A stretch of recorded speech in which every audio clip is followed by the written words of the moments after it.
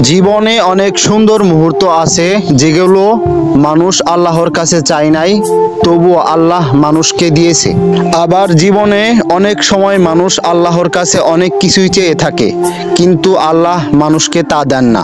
জীবনে কিছু সময় ফিরে পাওয়ার ইচ্ছা হয়, কিন্তু সেই সময়গুলো আর ফিরে আসে না। আবার জীবনে অনেক সময় আসে যে সময়ের কাছ থেকে আমরা আল্লাহর কাছ থেকে রক্ষা পেতে চাই। জীবনে অনেক কিছু হারিয়ে ফেলি, আবার সেগুলো ফিরে পাওয়ার ইচ্ছা হয়। আবার জীবনে অনেক কিছুই না চেয়েও মানুষ পায়, কিন্তু মানুষ সেই জিনিসগুলোর কদর দেয় না। জীবনে অনেক দামি জিনিস মানুষ খুব সহজেই পেয়ে যায়, কিন্তু সেগুলোর কদর দেয় না।